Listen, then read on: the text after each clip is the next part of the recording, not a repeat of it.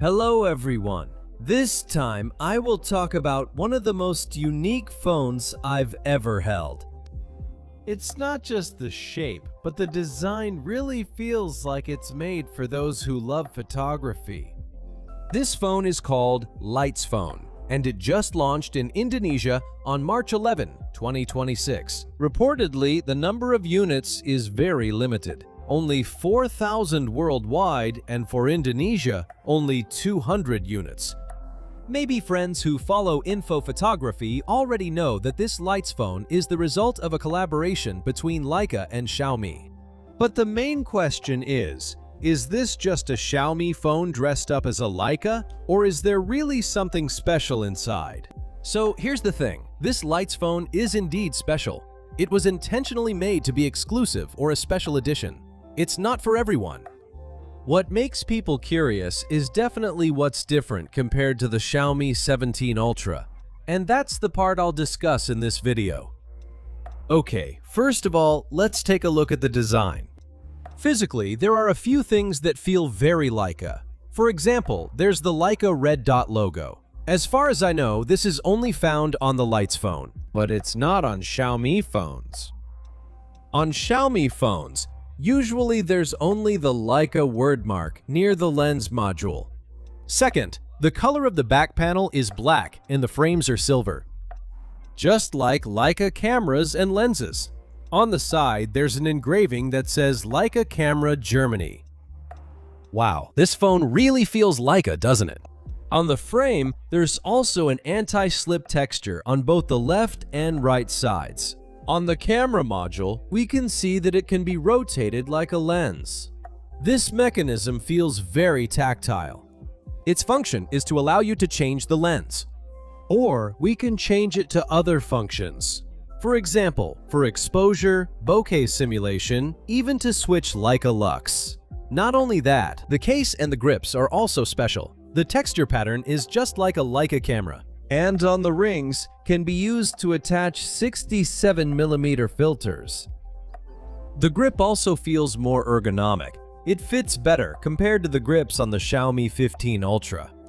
By the way, this grip also has a battery inside. So if your phone is already low on battery, this grip, which has a 2000 mAh capacity, will automatically charge your phone. That's pretty useful, right? Unfortunately, there's no shutter button on the phone if we don't use the grip. And also, if we put on a case or grip, the texture or the Leica red dot logo will be covered. What I find quite unique is that the Leica logo is oriented vertically. It's as if this camera was made for portrait photos. Yeah, actually, it makes sense. Nowadays, vertical or portrait orientation is more popular because our phone screens are also in portrait orientation, right? And the way we hold our phones is like this too. Okay, after we've discussed the design, we'll talk about what's inside. Yeah, including new presets or picture profiles that are unique and only available on this Leica phone. My first impression is that the font and design are different from Xiaomi phones. It's more similar to the design of the latest Leica cameras. Well, this makes sense because this phone is branded as Leitz, not a Xiaomi phone. And to differentiate it further, Leica has added two new profiles, which as far as I know are only available on this Leitzphone, namely the Leica M9 and M3 profiles. The Leica M9 is a digital camera with a full-frame image sensor, and its style is that of a rangefinder. Well, that's the first full-frame camera that Leica had. So, the M9 is Leica's first full-frame digital camera. And up until now, that model is still very popular. It's already seen as one of Leica's legendary cameras. Not only does it have a full-frame sensor, but it also has an image sensor that's considered unique nowadays, which is a CCD sensor. So the resulting images are usually considered distinctive, with character, different from today's digital cameras, which almost all use CMOS-type image sensors. From my observation, the photos from the M9 tend to have a bluish tone. The shadow areas are just left dark. If we look at the tone, it's very different from Leica Vibrant, which is more contrasty, bright, and also has stronger reds. In my opinion, the Leica M9 profile might not suit everyone's taste, and it's also not perfect or suitable for every photo subject or scene.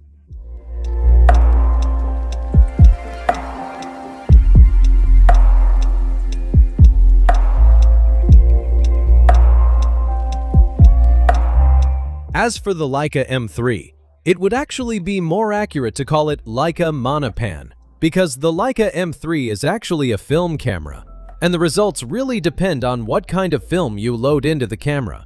But since back in those days, black and white film was popular, it makes sense that the results were also black and white.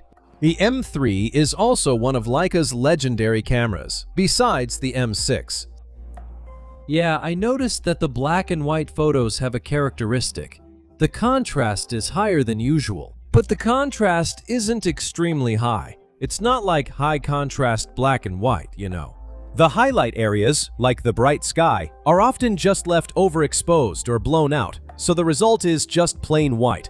And the shadow areas are quite dark. It's more or less simulating the effect of black and white film, which at that time had a low, limited dynamic range, unlike the digital era.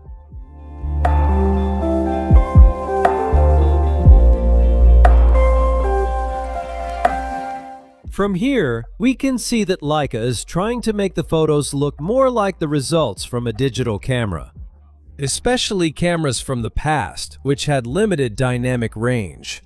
Not from phones, which are usually equipped with HDR, computational photography, and so on. In my opinion, this can actually be quite positive, because if you make good use of it, you can create images that are different from the rest, and it looks more authentic than images from most phone cameras. And what's also quite unique is that the profiles of the Leica M9 and M3 are placed in a special menu called Leica Essential, not in the filter section.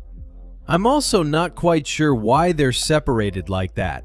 Is it possible that this Leica Essential will be exclusive to this phone only, or what? A question that will often come up is, by using this Leitzphone, can it replace the existing Leica camera?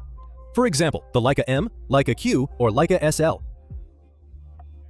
The honest answer is no, because the character is different, especially if you like to use smaller, more unique lenses. But for everyday snapshots, like candid, travel, or street photography, in my opinion, the results are already really good. If you want to print it in a fairly large size, it will also look good. And it's also fun to use, especially if we pair it with this grip. So I don't see this Leitzphone as an replacement for a Leica camera, but as a camera that's easy to carry anywhere with a Leica feel. If a friend asks, who is this Leitzphone suitable for? In my opinion, this is perfect for enthusiast photographers, hobbyists who want an all-purpose tool. All in one. It can take photos, record videos, everything is great. You can use it for gaming, for communication, and also as a productivity tool. It's also a good fit for people who prioritize camera features on their phones and care about cool designs, cool brands, not just the specs.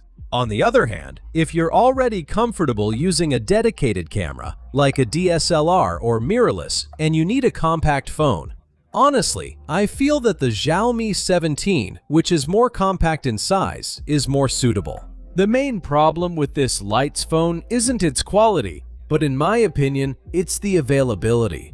Even if you want to get it by phone, since it's a limited edition, it might be really hard to find a unit, especially a new one. But if you want similar hardware, most likely the Xiaomi 17 Ultra is still easier to find and get. And my full review of the Xiaomi 17 Ultra is already available on the Info Photography channel. But if you're really after the feel and uniqueness of the Leitzphone, well, maybe you'll have to wait for next year's edition. Thank you for watching this review, and see you again in the next video. Okay? Bye!